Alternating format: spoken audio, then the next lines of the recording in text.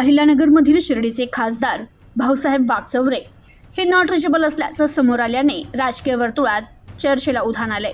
शिवसेना ठाकरे गटाचे प्रमुख उद्धव ठाकरे यांनी मुंबईत पक्षाच्या सर्व खासदारांची महत्त्वाची बैठक बोलावली होती। मात्र या महत्त्वाच्या बैठकीपूर्वीच शिर्डीचे खासदार भाऊसाहेब वागचौरे हे सकाळपासून नॉट रिचेबल असल्याचं समोर आलं। त्यामुळे ठाकरे गटाची धाकधूक वाढली। उद्धव ठाकरे यांनी सर्व खासदारांना दुपारी 12:30 वाजता बैठकीसाठी बोलावलं। ऑपरेशन टायगरची राज्यात चर्चा सुरू असताना ठाकरेंकडून या बैठकीसाठी सर्वच खासदारांना उपस्थित राहण्याचे आदेश देण्यात आले होते।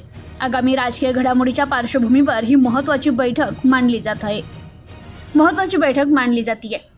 गेल्या 2 दिवसांपासून एकनाथ शिंदे यांचे खासदार, मंत्री आणि आमदार यांनी पुन्हा ऑपरेशन टायगरला हवा दिली आहे। खासदार संजय राऊत यांनी या दाव्यामध्ये काही तथ्य नसल्याचा दावा करत उद्धव सेना ऑपरेशन लांडगा राबवले असे प्रत्युत्तर दिले आहे।